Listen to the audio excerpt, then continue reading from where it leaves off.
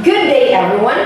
I am Ria Shane P. Trujillo, a BS in English student, and I will present and suggest to you the various curriculum development models, particularly the analysis of different curriculum models. Curriculum is a dynamic process. In curriculum development, there are always changes that occur and that are intended for improvement. Yes, that's true, and I will make you believe by discussing and explaining to you the different helpful and useful models in the curriculum. This is the summary of the results of the analysis to the different curriculum development models in line with the curriculum implementation. Curriculum may actually be defined into two ways. We have the prescriptive and the descriptive definitions. When we say prescriptive definitions, it provides with what ought to happen, or simply we say, it is an intended program from the opinion of several curriculum experts. Descriptive definition, on the other hand, it forces thought about curriculum, not merely in terms of how things ought to be, or simply we say, it is the curriculum of experiences. There are three types of curriculum models: the rational or objectives, the cyclical, and the dynamic interaction models. But in this illustration, we only have two: the rational and the dynamic approach. When we say rational approach, it emphasizes on strategic planning. However, strategic planning is not strategic making, because strategic making is a dynamic process. As you can see in the illustration, under the category of prescriptive definition, we have the Tyler's model, Tabas grassroots model, understanding by design model, systematic design model, and Prince model, wherein these models are considered as having a rational approach. Under the category of descriptive definition, we have the standards-based model, Weller's model, Eisner's model, wherein these models are considered as having a rational approach.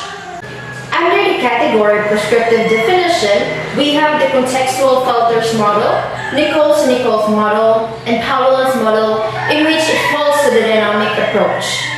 Under the category of descriptive definition, we have only the Walker's model, in which it falls again to the dynamic approach.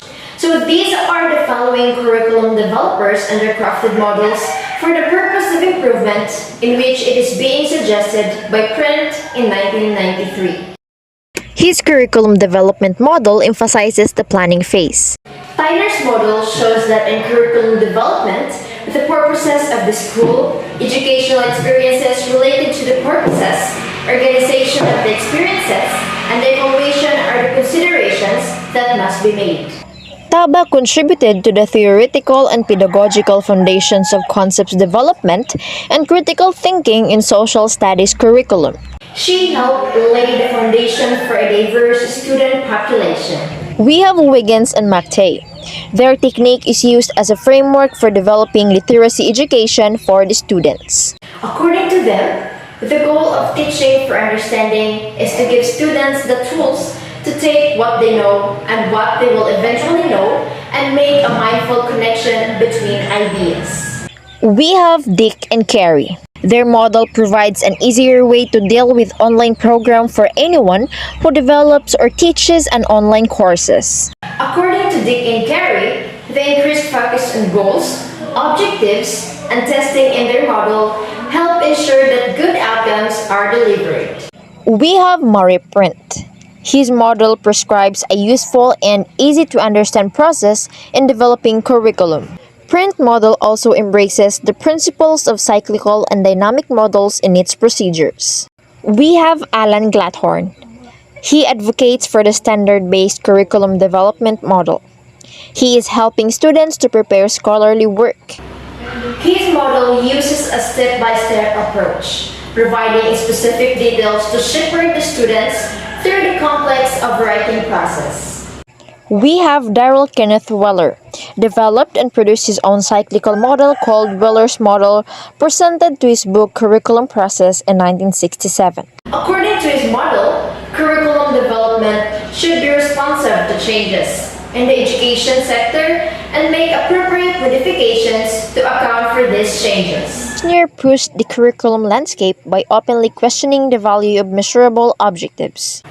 is their belief that there is a need to develop a new theory that recognizes the artistry of teaching, but is useful in helping teachers develop those arts. It also describes the reality on how college faculty members design their courses. They also added that it is very much applicable for designing higher education courses. We have Audrey and Howard Nichols. They emphasizes cyclical nature of curriculum development where it is continuous process. We have Greg Powellin. His model was intended to help curriculum that is relevant and appropriate to the Philippine context. We have Dicker Walker. For Walker's model, the term naturalistic, it describes how the process of curriculum planning is done instead of suggesting how it should be done. All of those curriculum development models are based on curriculum researchers and are based on certain theories of curriculum. According to Print in 1993, each model is unique depending on the curriculum theory advocated by the proponents. It is the role of the curriculum developers to select a model based on their context. Therefore, we cannot make a choice or react to them regarding their developments. It's the curriculum context decisions. And if you will just make their development as the model or as the basis to effective curriculum development, then we are not standing on our own abilities for improvement.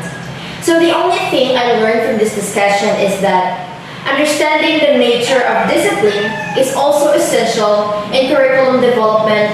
In fact, their models can provide ideas or thoughts for making decisions as to what contents should be included in the curricula and how to organize the contents of the curriculum.